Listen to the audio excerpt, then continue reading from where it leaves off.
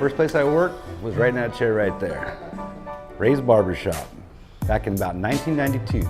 22 years old when I first started cutting here in San Luis. I think you should be able to cut any man that walks into your shop's hair.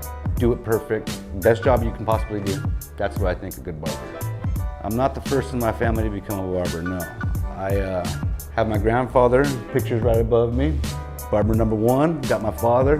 Barber number 2, third generation barber is where I stand. In reality, I went to barber school and I learned a lot just right from behind the chair. Just repetition, repetition. 26 years of cutting hair, it's a lot of heads. I have 2 locations in San Luis Obispo.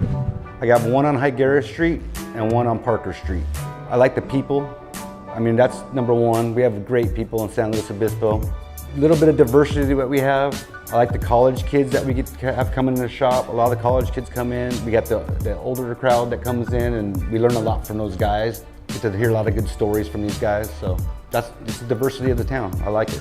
We have 5 barbers. We have 2 locations. We're open 7 days a week on Higuera Street. We're open 8 to 5 on Parker Street. Working for Ray was great. Ray taught me how to cut a flat top. A lot of barbers, I don't think when they come out of school, can cut a flat top. You know what I'm talking about? Yeah.